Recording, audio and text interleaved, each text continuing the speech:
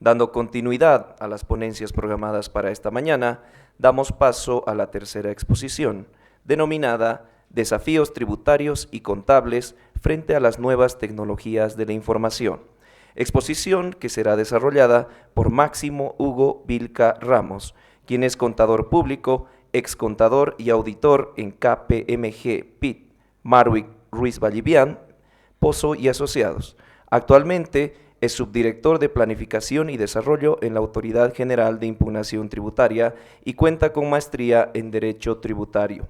Además de un diplomado en Business Intelligence, es docente de las Universidades Mayor de San Andrés, INCOS, UNICEN y exdocente de posgrado de la Universidad Pública de El Alto y de la Universidad Andina. Resaltar que cuenta con diversos cursos y seminarios desarrollados a nivel nacional en materia contable y tributaria. Participó en las conferencias interamericanas de contabilidad Cancún, México, presentando el trabajo de e-licitaciones. Escribió un conjunto de artículos técnicos relacionados con la contabilidad, tributación y TICs en la revista Gestión Contable y Tributaria. Expuesta su reseña, recibamos con un aplauso a Máximo Hugo Vilca Ramos.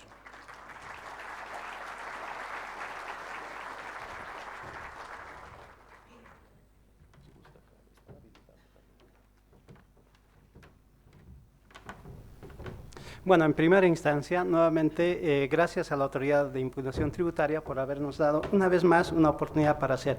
La anterior gestión presentamos un trabajo y obviamente este tema de la tecnología creo que es un tema cada vez más vigente y difícilmente ignorable por cada uno de nosotros. Por lo tanto, escuchaba atentamente la presentación de mi antecesor y decía, no hay acuerdos, ¿no es cierto?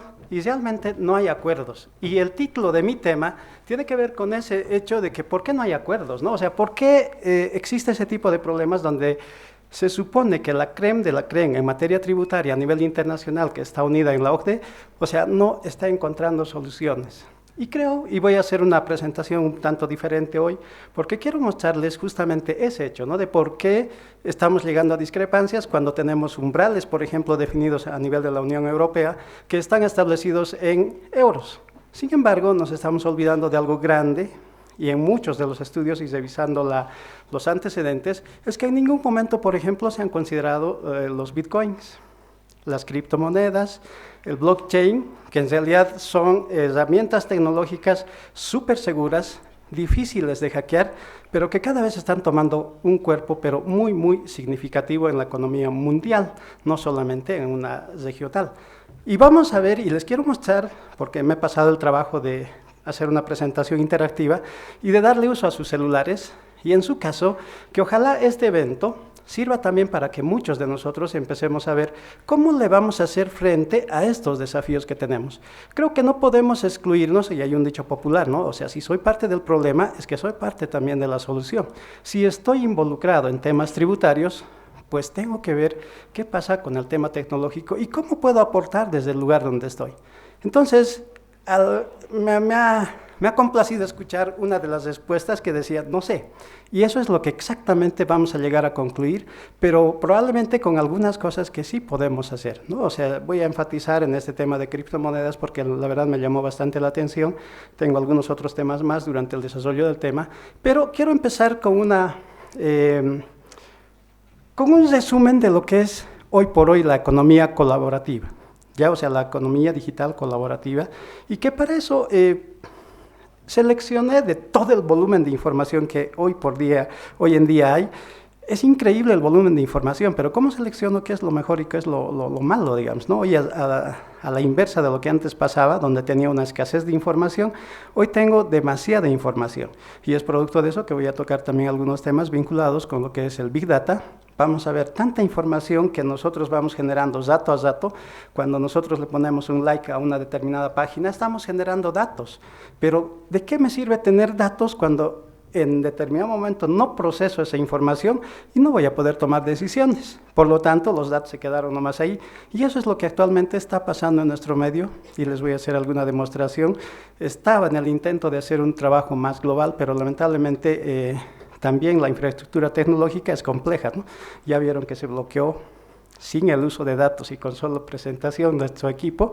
Entonces, la verdad a veces amerita más, ¿no? O sea, amerita una infraestructura que sea adecuada. ¿Por qué? Porque vamos a ver el volumen de información, por ejemplo, que maneja impuestos internos en cuanto se refiere al tema de facturación, y vamos a ver cómo se ha ido configurando ese Big Data a nivel de nuestra administración tributaria.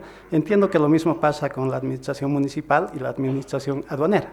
Entonces, para ir viendo y desarrollando muchas de las cosas, voy a presentar un pequeño video que extracté de la web y que tiene que ver con la economía colaborativa.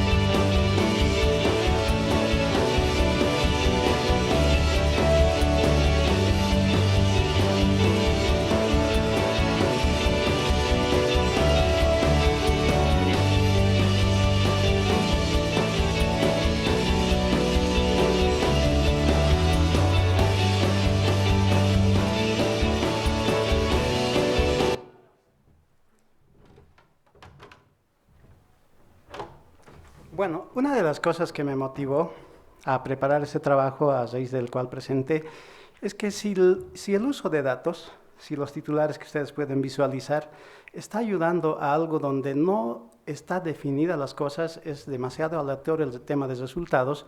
Sin embargo, el uso de datos ha hecho que este equipo salga campeón de la Champions League. Entonces, cuando empiezas a revisar los datos, cuando empiezas a buscar cómo lo han hecho y qué han hecho, realmente, y vemos la tecnología desde el lado bueno, pues nos vamos a encontrar con que los datos nos van a permitir generar información para una adecuada toma de decisiones y obviamente, en este caso específico, para obtener resultados altamente positivos. Entonces, a raíz de esto, si el fútbol puede utilizar datos, mucho más ciencias concretas como el derecho tributario, la tributación, también podrían empezar a generar aspectos también concretos que permitan, en cierto momento, llegar a uniformar ciertos criterios, métricas a nivel de administraciones tributarias, métricas a nivel de los departamentos de impuestos dentro de las diferentes empresas, ya sea públicas o privadas, y obviamente empezar a evaluar en función a ese tipo de resultados.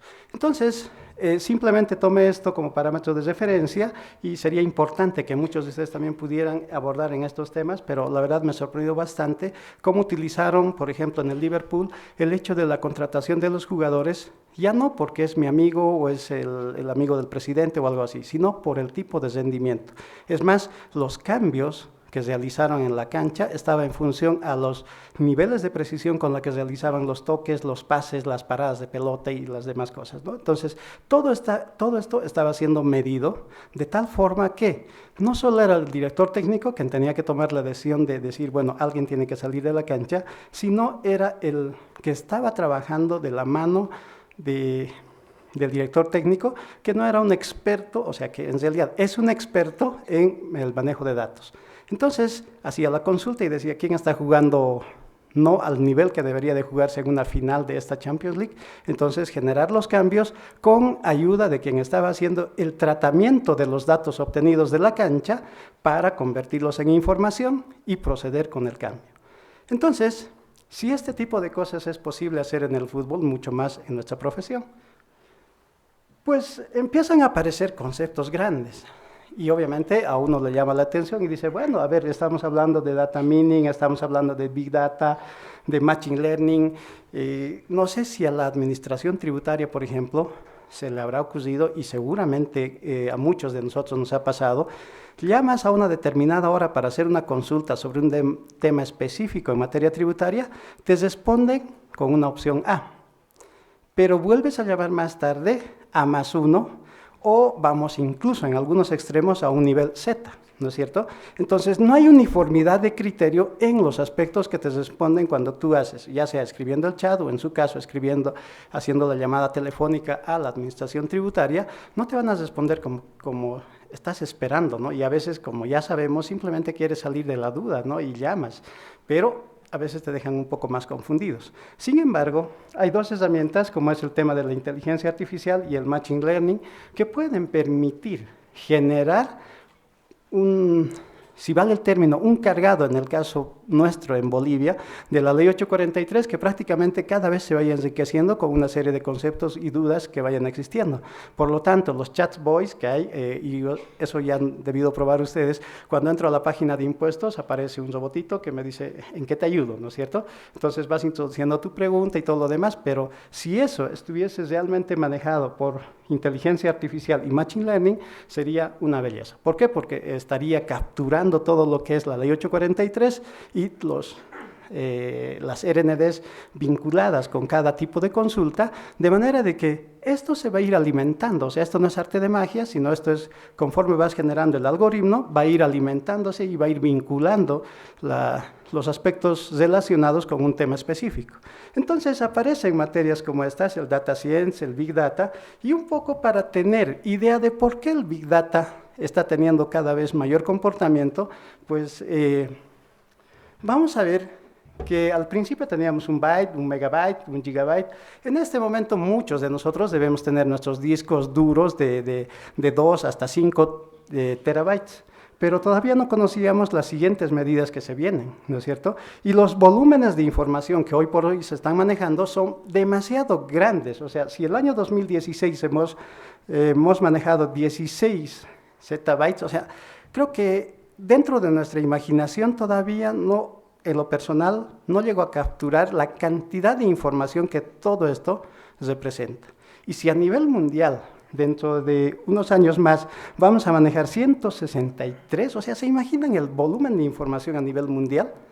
O sea, si comparamos esto con Excel, obviamente Excel no entra ni a la carátula de todo esto que tenemos en esto, ¿no es cierto? Entonces tenemos que ver nuevos elementos de manejo, tenemos que ver nuevos elementos que procesen estos datos y lo conviertan en información. Entonces el Big Data tiene ciertas características, pero en síntesis es el volumen de información, el volumen de datos que genero y que tengo que tener la capacidad de convertirlo en información. Básicamente lo vamos a dejar como eso, vamos a seguir avanzando. Les comentaba que a nivel de lo que es la administración tributaria, y voy a extenderme un poquito más en esto, cada mes todos nosotros somos contribuyentes, estamos trabajando en alguna empresa, remitimos nuestros libros de compras y ventas IVA, ¿no es cierto? Entonces, en promedio, y esta información por si acaso lo he sacado en promedio porque hace 2 semanas hubo el sorteo de la factura de la felicidad y cuando le preguntaron al director o al presidente de impuestos dijo que aproximadamente 175 millones de facturas estaban entrando al sorteo. La probabilidad de que ganemos ya saben cuál es, ¿no? Bueno, entonces la cantidad total que en un año voy a manejar va a estar por el orden de los 352 millones de datos, o sea, los datos de cada factura van a ingresar en esa proporción. Por lo tanto, tengo información, tengo datos, pero no lo estoy convirtiendo todavía en este momento en información. ¿Qué debería de hacerlo? Simplemente voy a especular porque no quiero entrar en un detalle donde se pueda pensar otra cosa, digamos, ¿no? Pero si le hago un seguimiento a uno de mis contribuyentes, sé los niveles de facturación por ingresos, sé los niveles de facturación de descargos por compras, por lo tanto, si sé que hay temporalidades dentro de un mes, porque no todos los meses, dependiendo del sector en el cual esté trabajando, no voy a tener un estándar de facturación, tendré picos, por ahí mi sector industrial en el cual estoy trabajando está vinculado más con actividades de fin de año, de Navidad, de Año Nuevo, probablemente sea el pico más alto, ¿no es cierto? Pero sí puedo tener tendencias. Por lo tanto, si esa información que se ha ido entregando a la administración tributaria hace más de 10 años, 12 años atrás, estamos muchos ya enviando esa información, desde las primeras veces que hubo esas opciones. Por lo tanto, ¿se imaginan el volumen de información que tiene impuestos internos? O sea, si esto es anual, lo multiplico por 10, o sea, ¿se imaginan el volumen de información que tengo que no está siendo debidamente procesado? Es más, a veces hay que soñar, ¿no? Y las grandes soluciones creo que llegan a partir de los sueños.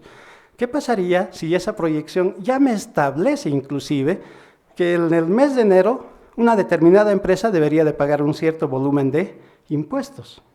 ¿Puedo hacerlo? Puedo hacerlo. O sea, cuando ya tú te metes al manejo de los datos, puedes hacer predicciones. Es más, los supermercados que nos van vendiendo productos, si los datos que tienen por cada una de nuestras compras lo procesaran y lo convirtieran en información, ya no tendríamos que ir mucho al supermercado, porque como parte del servicio al cliente tendrían que traernos los productos que periódicamente consumimos en la puerta de nuestra casa con nuestra factura y simplemente pidiéndonos el pago.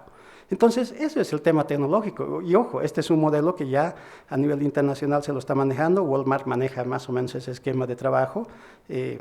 Ya lo está haciendo actualmente y bueno, es una réplica que tenemos que hacer. ¿Por qué? Porque las empresas de ese tamaño, con una tecnología grande y con una infraestructura también grande, lo están haciendo de esa manera. Entonces, a nivel de lo que es la administración tributaria, operaría así. Pero ¿cómo operaría el Big Data desde el punto de vista de nosotros como empresa para tomar previsiones respecto a contingencias tributarias? A menudo, en la Autoridad de Impugnación Tributaria y bueno, muchos a nivel de las empresas privadas, delegan esa responsabilidad a su gerencia administrativa financiera. son los responsables de hacer, más el departamento, en algunos casos sí, en algunos casos no, pero cuentan con una unidad de impuestos. Entonces son los encargados de ir realizando todo este trabajo. ¿Qué pasa si en algún momento hubo un error? ¿Alguien podrá detectarlo de por sí? Probablemente no, pero si proceso la información, empiezo a tener ya determinados estándares de comportamiento interno, pues puedo empezar a detectar ese tipo de errores y evitarme ciertas contingencias. Entonces, como verán, el Big Data es totalmente aplicable en lo que son las administraciones tributarias, en el Servicio de Impuestos Nacionales, en la Aduana Nacional, es más, o sea, en la aduana creo que el trabajo de esta naturaleza podría generar grandes beneficios para la misma aduana, ¿no? ¿Por qué? Porque ya inclusive sabría el comportamiento de determinados importadores o exportadores para poder establecer los mecanismos de agilización de los trámites, ¿sí? Entonces, más o menos ya tenemos idea de lo que es Big Data, pues vamos a continuar. Aparecen varios otros conceptos y son cosas que te animan a ti a ver qué haces, ¿no? O sea, el tema de que una vez que tengo los datos, proceso, o sea, parto de un dato, lo convierto en información y tomo decisiones. A todo ese proceso normalmente se lo llama también inteligencia de negocios o business intelligence. Lo vamos a pasar de sopetón porque simplemente es un concepto nuevo, ya muchas entidades, revisando el periódico, ya la gente está buscando a profesionales que tengan experiencia en el manejo de este tipo de información y bueno, creo que tenemos un mercado más y si tenemos el plus de ser ya sea profesionales del área contable o tributario, creo que ese plus sube mucho más. ¿Por qué? Porque podemos generar mucho mayor valor agregado, ¿no? Entonces, uno de los conceptos con los que se pelean las entidades, y probablemente muchos de ustedes estén peleando, nosotros también lo estamos haciendo, es el tema de transformación digital. A veces, como les comentaba al principio, el tema de contar con una infraestructura adecuada es lo ideal, pero no siempre cuentas. Y a veces la gente que está en el área de sistemas tiene que hacer magia, ¿no? O sea, ¿magia para qué? Para que no pierdas un mínimo de datos y tener la mayor cantidad de datos para que a futuro lo puedas convertir en información. Entonces, la transformación digital en realidad no es solo comprar un tema de un equipo, sino tener la cultura de que esos datos que van a ser convertidos en información son vitales para cualquier tipo de actividad en la cual la empresa, ya sea pública o privada, tiene su actividad central. Voy a tomar un ejemplo nada más, comentaba con alguien esta mañana, pero en La Paz, por ejemplo, se ha implementado el sistema de parqueo en las calles. Al principio veías que los parqueos estaban llenos, ¿no? Pero hoy por hoy, haciendo una observación, ¿qué ves? Hay calles donde ya están delimitados los áreas de parqueo y toda la mañana está vacía, toda la tarde está vacía. Entonces, ¿será que los mecanismos de facturación que emite el gobierno municipal está permitiendo procesar esa información y decir que los áreas más bajos que tengo ya no los voy a ir cobrando, digamos, ¿no? O sea, empezar a probar con otras áreas. Entonces, ahí el tema informático, en mi criterio, parece que no está funcionando de la forma que debería. ¿Por qué? Porque simplemente me estoy limitando a hacer la facturación haya o no haya. No sé si la relación costo-beneficio de pagarle a esa persona que cubre una cuadra de parqueo está cubriendo la recaudación, el volumen de sueldo que le voy a pagar. Entonces, ¿cómo sé eso? Si tengo la factura, tengo la zona, tengo el área donde estoy facturando, obviamente debería de empezar a manejar, a convertir ese dato en información para una adecuada toma de decisiones, ¿no es cierto? Entonces, ahí es donde entra transformación digital. ¿Por qué? Porque me estoy limitando a tener el equipito de facturación y nada más. Y no estoy empezando a ver ya con una visión futura de decir en qué medida esa información me va a servir para tomar decisiones, ¿no? Bueno, quiero entrar al punto central. La verdad, este tema es el que me encantó mucho más. Probablemente muchos hayamos escuchado hablar de criptomonedas. Es más, mi antecesor lo ha hecho mención, ¿no? Pero, ¿cómo opera? ¿Cómo se maneja? ¿Qué es lo que pasa? Ahí tenemos titulares de la prensa donde en Bolivia sí hay bitcoins, se puede comprar, se puede hacer una infinidad de cosas, pero pregunto a todos los que estamos en la sala, por ahí sí alguien ya tiene criptomonedas y por ahí en la muestra va a aparecer, no sé. Pero, ¿cuántos de nosotros conocemos cómo opera o qué es en realidad una criptomoneda? porque hemos escuchado, sabemos, ¿no?, que hay criptomoneda, pero hemos tenido por lo menos la idea de decir, bueno, ¿cómo funciona? A ver, ¿será que puedo invertir en criptomonedas? Lo más probable es quién sabe, ¿no? Pero quiero que, por favor, no sé si se alcanza a visualizar, pero vamos a empezar haciendo una pequeña demostración de cómo opera, qué es el Bitcoin, y por ahí ustedes al finalizar este seminario, estas jornadas, se animen a hacer inversión en criptomonedas y vean que los beneficios que había tenido y, bueno, a raíz de qué surgió todo esto. Comentaba con alguien y decía, bueno, cuando hubo el proceso de perdonazo y el tema del pago del segundo aguinaldo y donde te pagaron el 15% en la famosa billetera móvil, creo que lo más importante, ¿no?, o sea, el tema de la recaudación tributaria, tanto el Servicio de Impuestos Nacionales, la Aduana Nacional y los gobiernos municipales no aparecían como beneficiarios de la billetera móvil.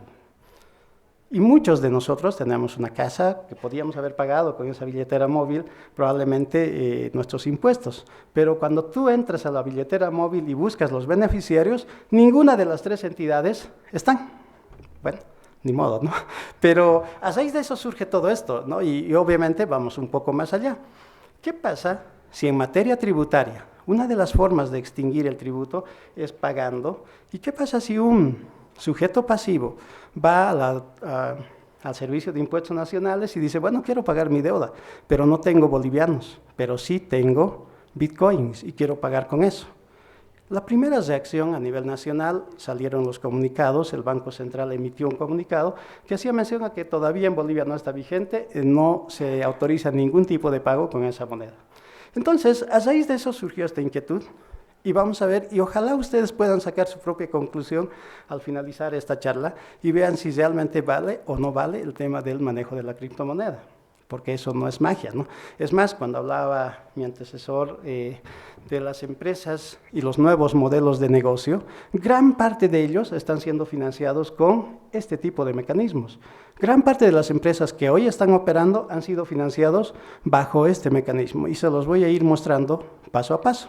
Y esto tiene como objetivo básicamente reflexionar y ver, digamos, en qué medida a veces en primera instancia nos cesamos algo y bueno, pasa el tiempo y la corriente es tan fuerte que no nos queda ir contra la corriente, ¿no es cierto? ¿Por qué? Porque vamos a remar muy, muy fuerte para no llegar a un final feliz como quisiéramos. A raíz de esto,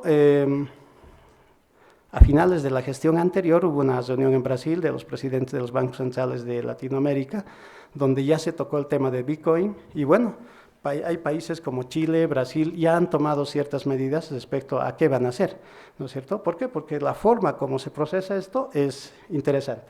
Vamos a ver, la primera forma, y vamos a ver el CoinMarketCap, que es una página web que está, me gustaría que pudieran ingresar, está ahí el vínculo. Por favor, Gabriel, vamos ingresando.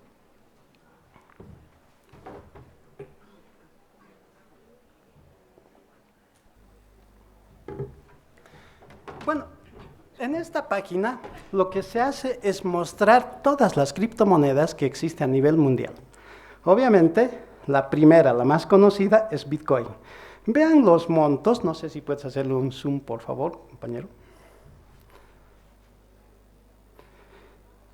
O sea, tenemos este conjunto, este es el mercado de las criptomonedas, donde ustedes pueden ver los niveles de rendimiento que tienen, las altas, las bajas que han tenido el comportamiento de estas criptomonedas en el mercado, ¿no? Entonces, si yo tengo algún interés en comprar una criptomoneda, debería de ir primeramente a ver este lugar. ¿Por qué? Porque ahí están todas las criptomonedas. Hay criptomonedas que tienen rendimientos altísimos de más de 1000 o 60,000, inclusive en algún caso, por ciento de rendimiento, ¿no? Y obviamente la gente que ya maneja, porque esto es toda una especialidad también, ya te recomienda y te dice, ojo, no por ganar mucho pierdas tu plata, ¿no? Entonces, tenemos en esta muestra, y ojalá ustedes puedan entrar en sus celulares, y es más, grábenlo para que luego puedan verlo y revisarlo ya en la comodidad de sus oficinas o sus hogares. Tenemos todas estas monedas, creo que las dos más significativas, perdón, si subimos hacia arriba, son el Bitcoin y Ethereum. Pero ¿por qué estas dos monedas son las más importantes y las más significativas? Las vamos a ver enseguida, pero por un lado, Por favor, un clic donde dice criptomonedas. No, a la izquierda. Ahí. Bueno, ustedes pueden visualizar ahí el tema de las criptomonedas y los criptoactivos. Vamos a ir a la parte de abajo, por favor, los top 7, un poco más ahí, más arriba, por favor, en el negro. Los top 100, por favor.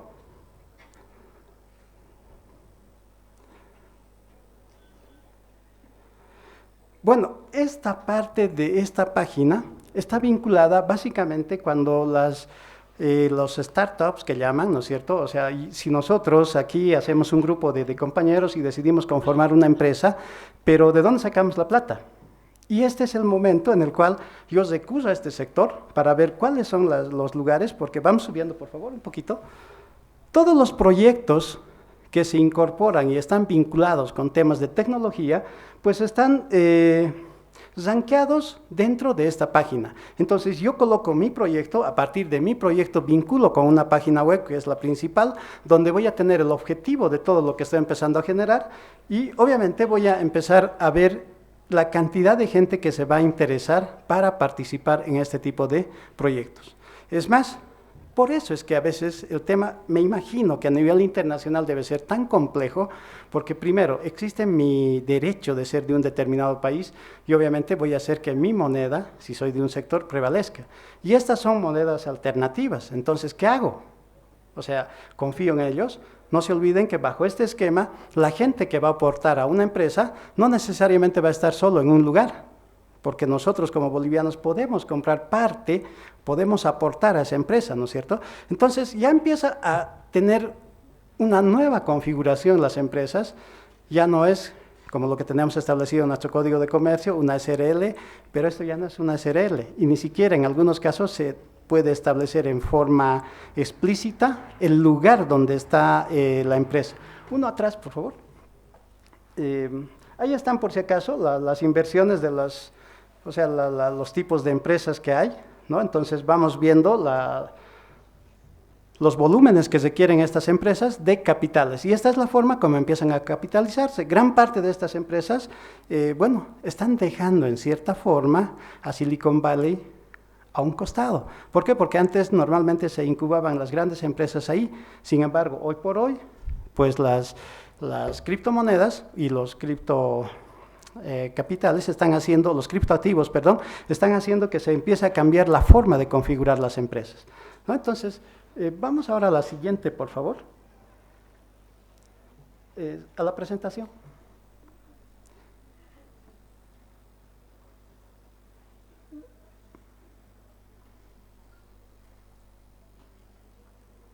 Bueno, pero ahora veamos qué pasa en Bolivia y vamos a hacer la demostración en el siguiente link. Y vamos a ver que en Bolivia ya hay mercado, que en Bolivia ya hay cotización. Es más, simplemente me quiero anticipar a lo que ya vamos a ver enseguida, es que las criptomonedas no son arte de magia, los tengo que comprar, los estoy convirtiendo mis bolivianos en criptomonedas. Si estoy en otro país, mis dólares en criptomonedas. Si estoy en Europa, mis euros en criptomonedas, ¿no es cierto? Entonces, no es como que es una cosa que no existe, digamos, ¿no? O sea, existe y es más, vamos a ver enseguida los niveles de seguridad. A local, por favor. Esta página les permite ver cómo están las cotizaciones de las criptomonedas en sus respectivos países, ¿no? Entonces, vamos a ver en este caso específico, como estamos ubicados en Bolivia, entiendo que lo que vamos a tener como parámetro es en Bolivia, ¿no es cierto? O sea, es más, tenemos las referencias de quiénes son los que venden en Bolivia, cómo los puedo comprar, y obviamente lo que estoy haciendo, y por favor quiero que tengan en cuenta esto, ¿no? De que mis bolivianos los estoy cambiando por criptomonedas. Obviamente, vamos a ver luego el comportamiento que tienen estas criptomonedas. Como verán ustedes, si hacemos clic, por favor, en la primera celda de la parte izquierda, vamos bajando, por favor, un poquito más.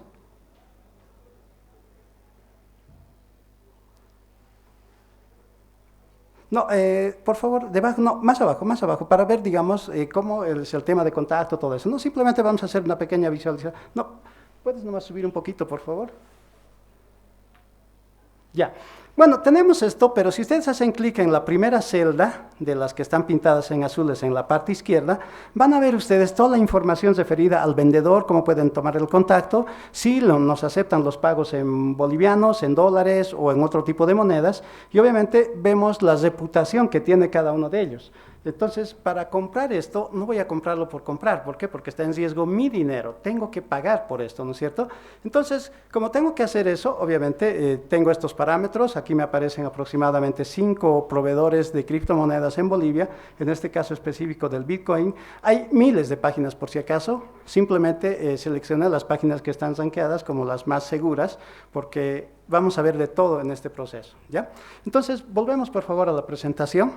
Como verán ustedes, el tema de las criptomonedas no son magia, sino aparecen a partir de lo que representa básicamente el hecho de hacer un intercambio de bolivianos por criptomonedas.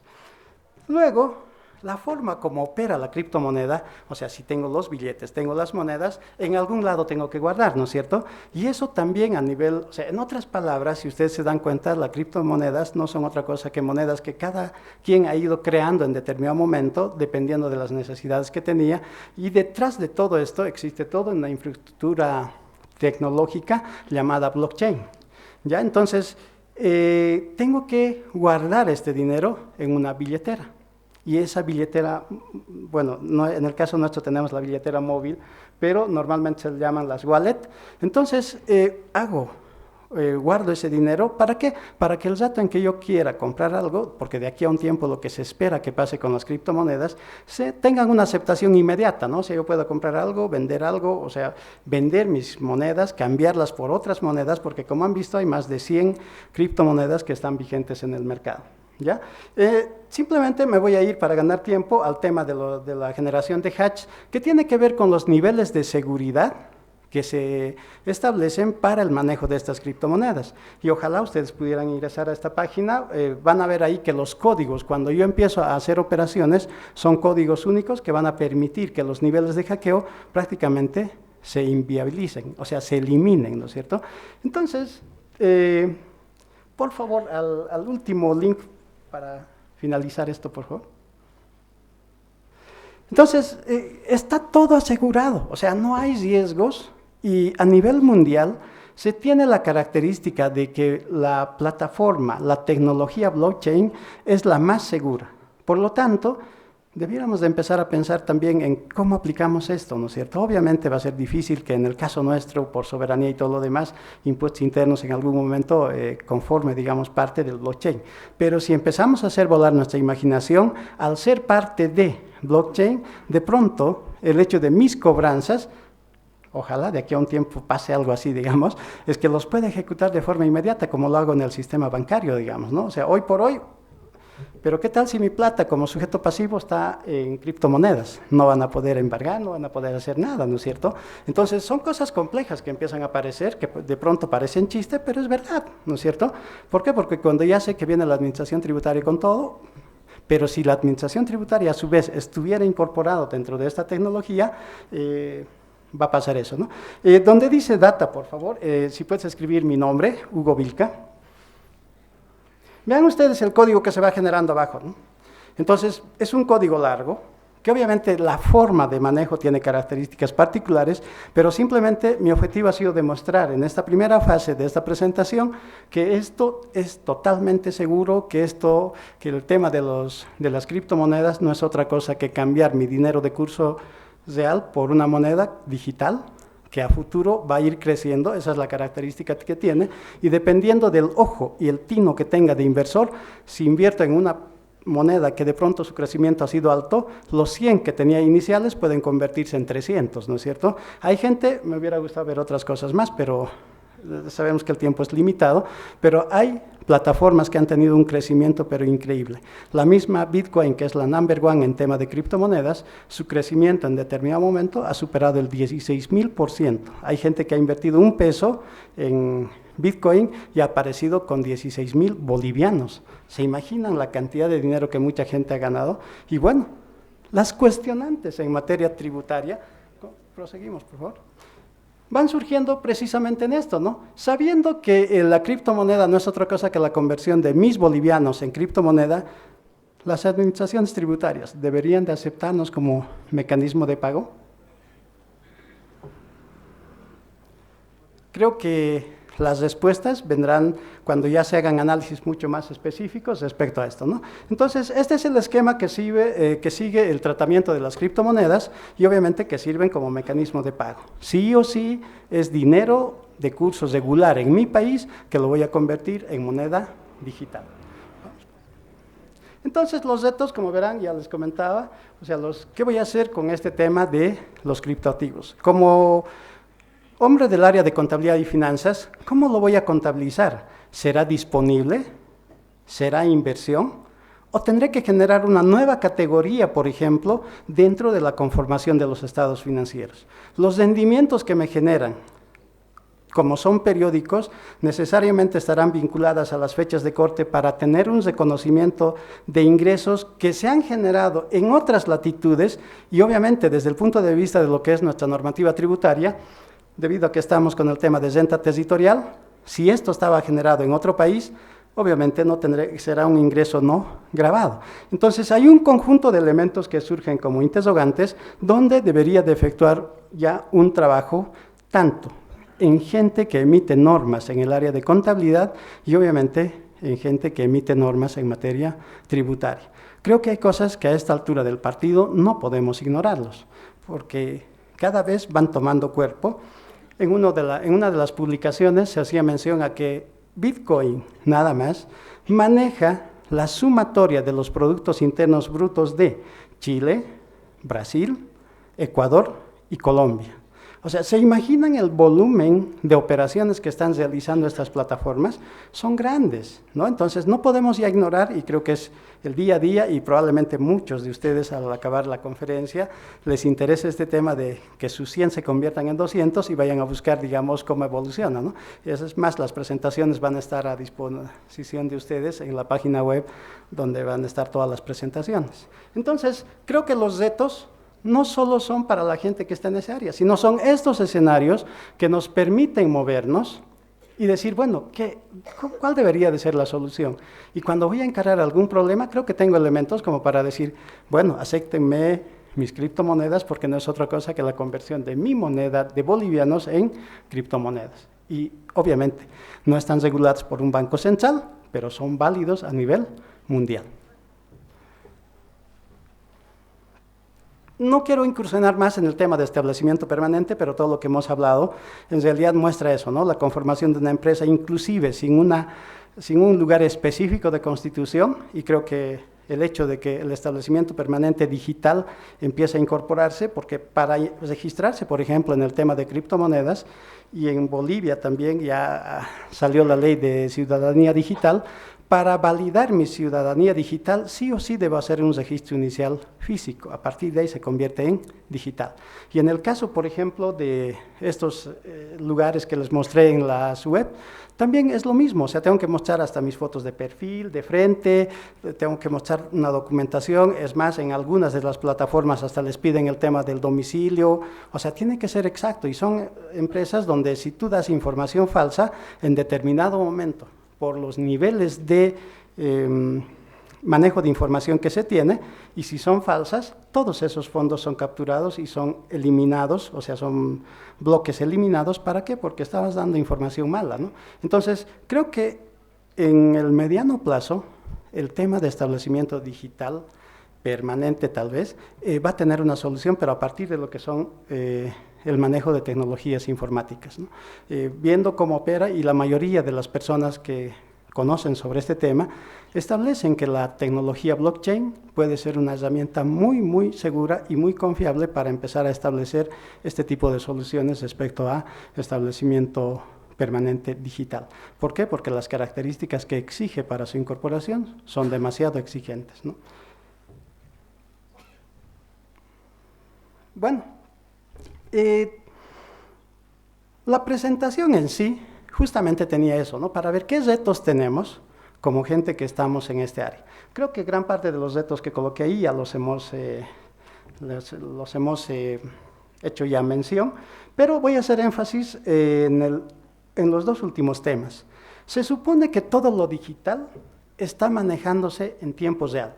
Cuando en nuestro país, para el año que viene, entremos a la facturación virtual, bueno, en tiempo real la información va a estar dada, ¿no es cierto? Entonces, nacen las cuestionantes. En este momento tenemos un periodo de prescripción de 8 años. Cuando mis transacciones van a estar registradas en tiempo real, ¿vale la pena que mi prescripción esté todavía en los 8 años? ¿O será que deberíamos de empezar a modificar ese tipo de normas que tenemos establecidas en este momento? Entonces, no solo es la modificación de la forma como voy a generar mi facturación digital, sino también eso tiene que ir a la par de lo que representa, por ejemplo, este tema de prescripción. El otro tema, antes, por favor. El otro tema que quería ver era, ¿cuáles serán las formas de fiscalización? O sea, si mi facturación va a estar en tiempo real, como administración tributaria, ¿cuál debería de ser mi mecanismo de fiscalización? Se supone que la administración tributaria debería de estar 2 pasos adelante que el sujeto pasivo, por tener las herramientas ya listas, ¿no? Y saber cómo voy a hacer mi proceso de fiscalización. Por lo tanto, creo que son elementos que quedan simplemente como retos y como desafíos, tanto para la gente que está en una determinada administración tributaria, también para nosotros, para ver cómo nos cuidamos de esos procesos de fiscalización. ¿Será que nuestros archivos digitales vamos a tener que guardar todavía por 8 años? ¿Y cuáles son los mecanismos en los cuales voy a generar la custodia de estos documentos? La nube, ¿cuánto me cuesta la nube? O sea, tengo que ver varios elementos, ¿no es cierto? Entonces, creo que con eso, en esta primera fase de los retos, estaría cerrando respecto a lo que ha sido el tema de criptomonedas. Espero que haya quedado más o menos algo, por lo menos la idea esté dada, porque no tenemos los espacios suficientes como para poder ver el detalle de todo, ¿no? En el tema del caso de los inventarios, es otro tema que, en opinión mía, tiene grandes elementos de cambio cuando tenemos nuevos elementos de negocio, ¿no? Entonces, simplemente tomaba un ejemplo, por ejemplo, de que la empresa telefónica que fabrica smartphones, Xiaomi, tuvo récords mundiales de vender 250 celulares en 10 minutos. Entonces, ¿cómo debería de estar configurada toda mi logística, todo mi proceso de facturación, todo mi proceso de distribución en más de 56 países donde ha hecho este proceso de distribución? Y creo que a nivel local también se está viendo ya eso, ¿no? O sea, en el Face tú ves a alguien que está ofreciendo un producto, dice, necesito alcanzar mi cupo hasta 50, solo eso voy a producir. Entonces, los inventarios ya están siendo totalmente controlados, ya no hay inventarios que se produzcan en demasía, sino están a demanda. ¿Eso qué significa? Que ya mi producción a escala baja. ¿Por qué? Porque está directamente vinculado con los volúmenes de producción que voy a tener. Y esto necesariamente involucra un proceso de cambio en los modelos de negocio y obviamente un cambio en los procesos de evaluación, de gestión dentro de lo que corresponde a los inventarios.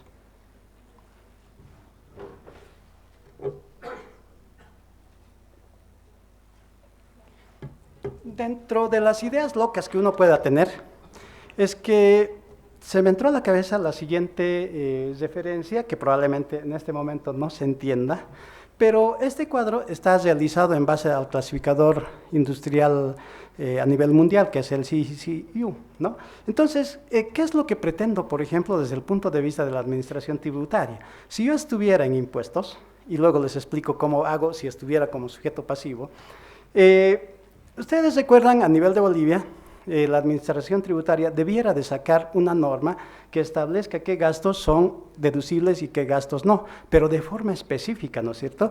A esta altura sacaron para el sector de transporte una lista de qué cosas sí son deducibles y qué cosas no. Pero ustedes habrán pasado por la experiencia de que un fiscalizador para determinado tipo de gasto es válido, pero para el otro no. ¿A quién no le ha pasado eso? Casi con seguridad a todos. ¿Por qué? Porque es el criterio que se está manejando. Entonces, ¿en qué medida las tecnologías de la información pueden llegar a disminuir, digamos, este nivel relativamente arbitrario? Y vi como una opción de solución el tema de este clasificador internacional. ¿Cómo podríamos hacerlo? Lo que está solamente en la primera parte que dice construcción de edificaciones es el sujeto pasivo. Sus gastos vinculados están en la parte derecha. Por lo tanto, si esto lo convierto en un algoritmo, y lo incorporo al equipo, obviamente mi fiscalización lo puedo hacer desde el escritorio, ¿no es cierto? ¿Por qué? Porque ya he establecido cuáles son los gastos que le están permitidos a este tipo de empresa. Entonces son elementos que a nivel internacional los puedo manejar. Es más, debido a que los datos están esparcidos a nivel mundial, de pronto si he logrado importar alguno de ellos, inclusive el cruce de información podría ser directo bajo este esquema. Entonces, si bien aquí aparece simplemente como una cosa demasiado sencilla, pero en el fondo, si este algoritmo y si este mecanismo lo empezamos a aplicar y nos olvidamos de estar estableciendo y dejando el criterio a cada tipo de fiscalizador para ver si un tipo de gasto es o no es deducible, lo podríamos hacer directamente desde la computadora. Por lo tanto, solo en aquellos aspectos en los cuales tenga dudas razonables, pues recurriría para ver qué conceptos me han incorporado o me están incorporando como un elemento deducible. Entonces, este es un otro esquema y desde el punto de vista del sujeto pasivo, pues yo soy la empresa constructora y sé que solamente estos elementos debería de incorporar como mecanismo, como elementos de descargo, ¿no es cierto? Y si aparecen otro tipo de elementos, ya debería de llamarme la atención y tomar la acción preventiva y eliminar ese tipo de gastos que de pronto, ¿no? O sea, pasa en nuestra realidad económica en Bolivia especialmente. A veces nuestro objetivo es bajar el IVA en un momento, pero nos olvidamos de que eso tiene un impacto en el impuesto a las utilidades. Y cuando ya llegamos a ese momento decimos, ¿y ahora qué hacemos, no? Entonces, para evitarme eso, puedo aplicar este modelo y establecer ya un mecanismo de control, pero desde el manejo de lo que es Big Data, puede ser, Data Science también puede ser. ¿Por qué? Porque bajo esos esquemas ya podría establecer los mecanismos que me van a permitir establecer deducibilidades.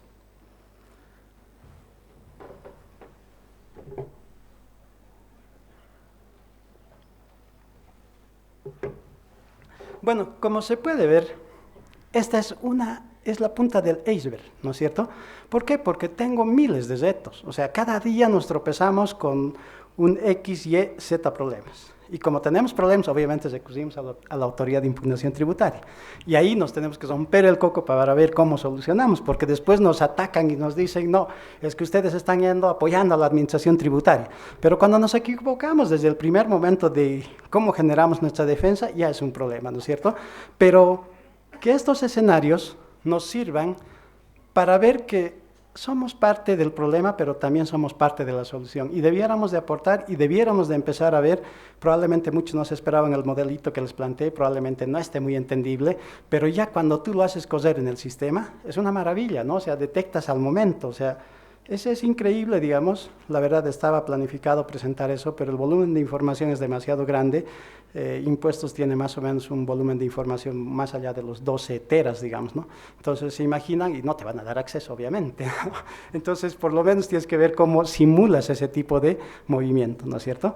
Entonces, los retos están dados y creo que no deberíamos de ser ajenos a todos los problemas que se nos vienen en el día a día. Y más aún en un mundo globalizado, en un mundo donde la tecnología es el centro de todas nuestras operaciones, pues no debiéramos de quedarnos ahí. Y bueno, los hechos nos están demostrando de que si no somos nosotros los que vamos a generar la solución en espacios de debate como este, pues no esperemos, porque hasta las grandes entidades que están específicamente trabajando en esto tienen discrepancias, mucho más aún nosotros, ¿no es cierto? Entonces, por eso es que las soluciones unilaterales a las que hacía mención mi antecesor es lo que está pasando, ¿no es cierto? Y si no, recordemos nomás las declaraciones del presidente de Impuestos Internos, que Netflix sí o sí va a pagar, y si no, lo clausuramos, ¿no? Bueno, quiero agradecerles, por favor, y espero que haya tenido un acercamiento a lo que hemos visto.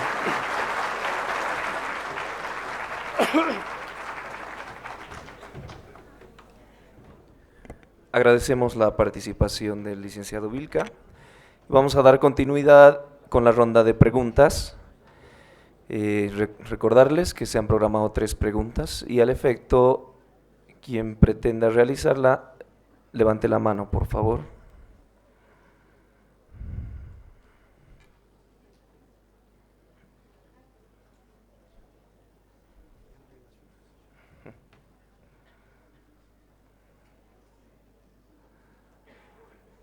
Bueno, creo que el tema ha sido bastante claro.